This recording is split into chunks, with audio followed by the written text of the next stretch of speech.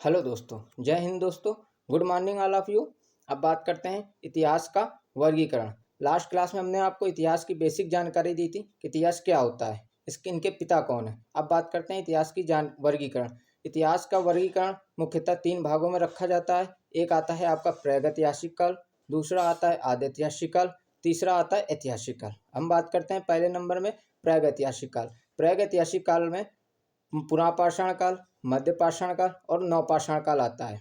इसकी जानकारी हमको अभिलेख, शिलालेख और मुहर से प्राप्त होती हैं। अब बात करते हैं आदिऐतिहासिक काल। आदिऐतिहासिक काल में सिंधु सभ्यता और वैदिक सभ्यता आती है। सिंधु सभ्यता का समय 2500 ईसा पूर्व से लेके 1500 ईसा पूर्व तक के समय को सिंधु सभ्यता के समय में रखा जाता है या सिंधु सभ्यता का काल कहा जाता है।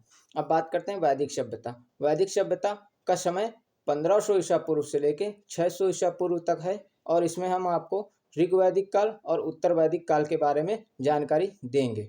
अब बात करते हैं ऐतिहासिक काल। ऐतिहासिक काल को तीन भागों में वर्गीकृत किया गया है। एक है प्राचीन भारत, दूसरा है मध्यकालीन भारत, तीसरा है आधुनिक भारत। हम बात करते हैं प्राचीन भारत की।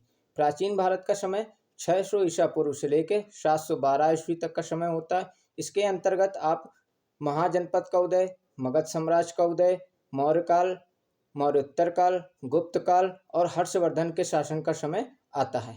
इसमें हम आपको इन सब के बारे में जानकारी उपलब्ध कराएंगे। अब बात करते हैं मध्यकालीन भारत। मध्यकालीन भारत में पूर्व मध्यकालीन भारत और उत्तर मध्यकालीन भारत में वर्गीकरण होता है।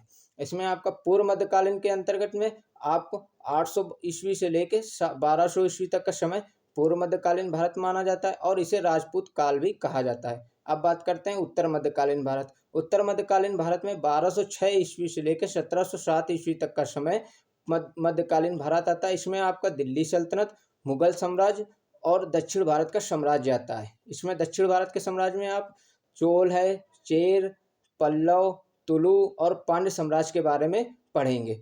अब बात करते हैं आधुनिक भारत। आधुनिक भारत में आपको तीन भागों में वर्गीकरण किया जाता है। पहला आता है यूरोपीय कंपनियों का भारत में आगमन और इसी में आप पढ़ेंगे मराठा साम्राज्य का उदय।